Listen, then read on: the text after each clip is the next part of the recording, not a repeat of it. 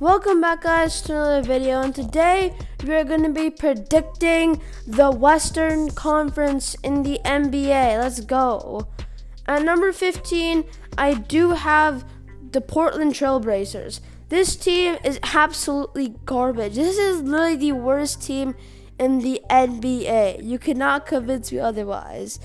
If no other team in the NBA gets serious injuries, I bet you this team, the Portland Trailblazers, will be the worst team in the league by a long shot. I mean, who they really have? They're only two great, decently good players are Scoot Henderson and Jeremy Grant. So, what do you want? At 14, though, I do have the Utah Jazz. Besides Lauri Markkanen, this team does not look so good. I mean, they do have, Jordan Clarkson, Cody Williams, but, not much players that will really catch your eye. And next, at the 13th position, we will have the San Antonio Spurs. I absolutely love the Chris Paul with Victor Wembanyama idea, because you're going to have Chris Paul spending the last years of his career alongside one of the most hyped up prospects in the NBA draft out of last year's draft class. It's going to be insane seeing those two connect, the small guy and the big man. It's like how Muggsy Bogues and that tallest player in the NBA history got played together. It'll just be funny. And then next off at 12, we got the Golden State Warriors. The Warriors, this might be the worst condition a Steph Curry-led team has ever been, besides the years where they got so many injuries. But that was because of injuries. This time, it's just because of lack of talent. Buddy Hield, Jonathan Kuminga, come on, bro. You can't be telling me Draymond Green is going to help Steph Curry go reach the playoffs. That's just not going to happen. If they didn't get in last year, they're not going to get in this year. And I think that this time they're going 12. At 11, though, I do have the Houston Rockets just like last year. That trio with Dylan Brooks, Jalen Green, and Steven Adams, and you can't forget about Fred VanVleet. It should be pretty nice, but those players aren't really that good as they used to be. Let's say Steven Adams, he isn't as good as he used to be. Same with Dylan Brooks. Remember how good he used to be? Yeah. With the Grizzlies. And with Jalen Green, I do expect him to get better than last season. Get back to how he did in 2022, 2023. Averaging 20 plus points once again. And yeah, I think the Rockets could definitely prove me wrong. At number 10, though, you got the Los Angeles Lakers. I don't know why LeBron forced Bronny James to come out of his college career. Selfish, but not gonna lie. Because Bronny James wasn't even that good, bro. He's averaging less than 5 points per game, bro. Come on. These Lakers literally just spent a second round pick on him just so they can keep LeBron. Let's be real. But Austin Reeves, LeBron, Anthony Davis, and D'Angelo Russell should still be a pretty good squad. And yeah, I think that's what's gonna get the Lakers into the play-in. At number 9, though, I do think that the New Orleans Pelicans are going to take a step back. And it's largely because I do think that players like CJ McCollum, Zion Williamson, Brandon Ingram, those players, and DeJounte Murray, you can't forget about him. He just came there from the Hawks. They're going to be pretty good. I do think they're still going to make it into the playoffs. I just won't think that they're going to be as good as last year. At number 8, though, I might be slightly overrating this team because I was pretty close to putting this team at 9, just like I was pretty close to putting this team at the Pelicans at 8. I do think that the Clippers will get 8.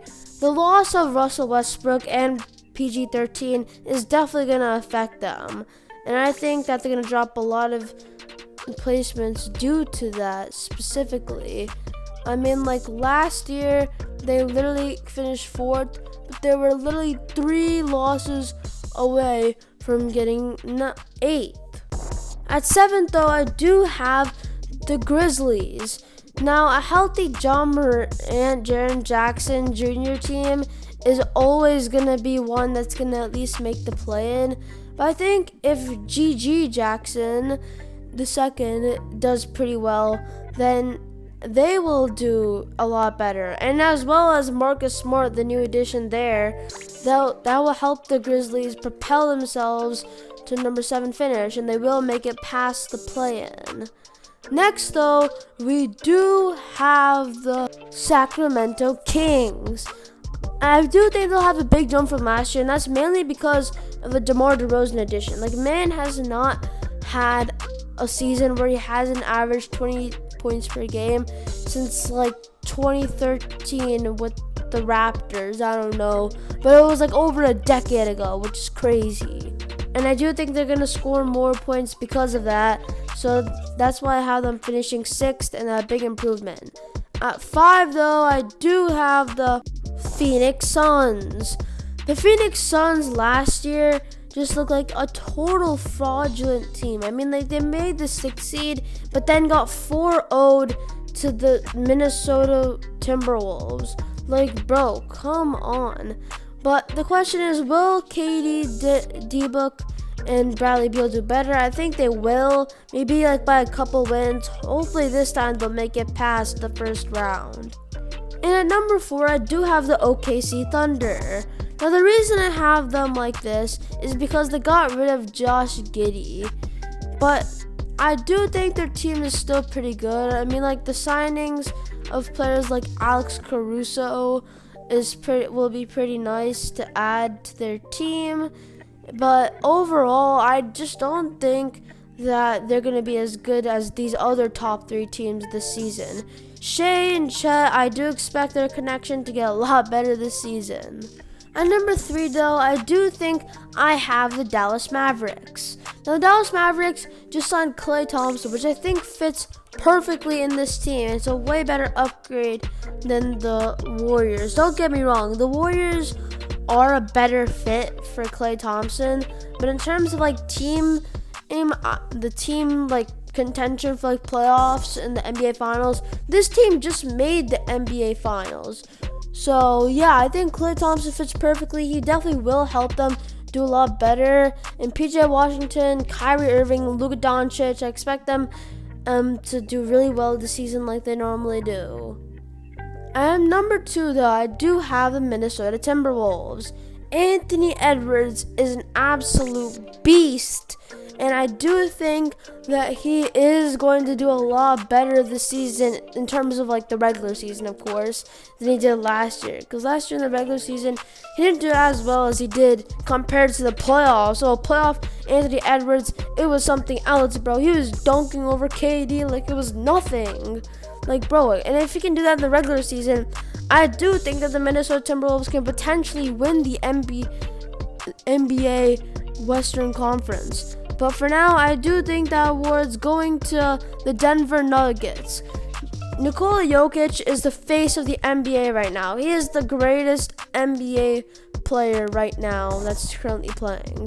And I love the signing of Russell Westbrook, to be honest. Why not get bro a ring, for real though?